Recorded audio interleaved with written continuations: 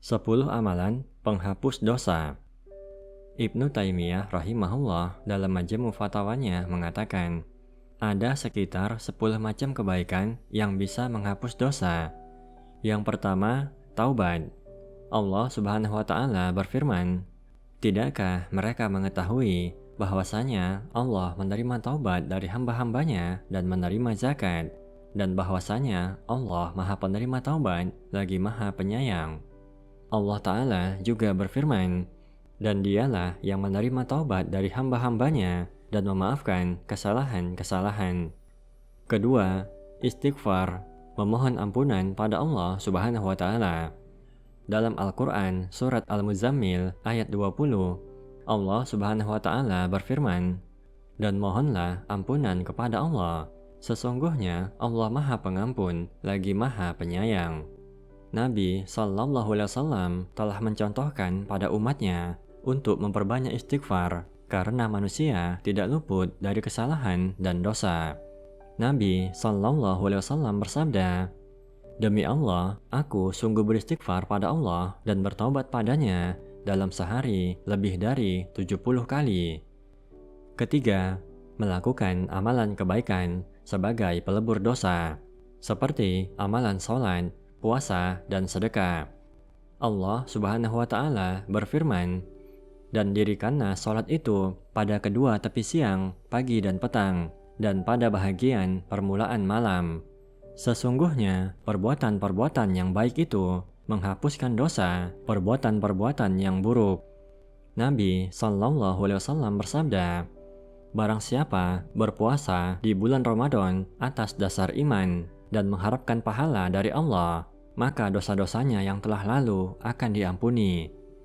Keempat, doa sesama orang beriman kepada lainnya, seperti dalam sholat jenazah. Nabi Shallallahu Alaihi Wasallam bersabda, tidaklah seorang muslim disolatkan dengan sholat jenazah oleh sekelompok kaum muslimin yang mencapai 100 orang, lalu semuanya memberi syafaat, maka syafaat mereka, yaitu doa mereka, akan diperkenankan.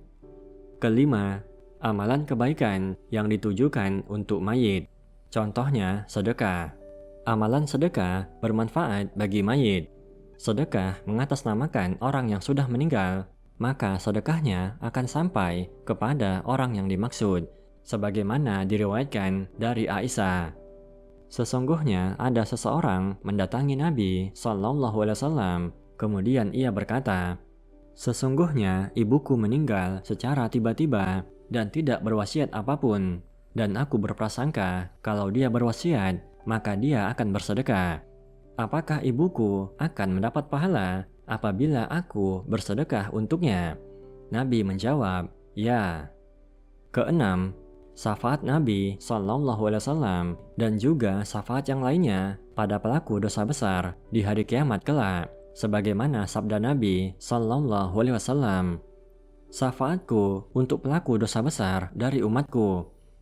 Ketujuh, musibah di dunia yang menjadi sebab terhapusnya dosa. Musibah yang dialami seorang hamba yang beriman, maka itu bisa menggugurkan dosa-dosanya.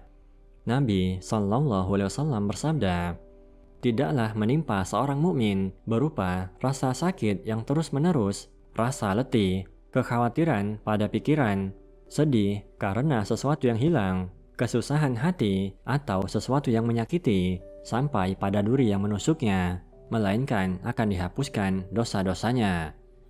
Kedelapan, ujian di alam kubur, juga siksaan di alam kubur yang menjadi sebab terhapusnya dosa-dosanya. Kesembilan, kengerian dan kesulitan pada hari kiamat.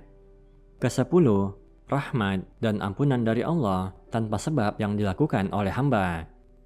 Jangan pernah merasa bahwa dosa kita tidak akan diampuni, karena sesungguhnya Allah sangat suka dengan hamba yang bertaubat, dan sesungguhnya rahmat Allah sangat luas.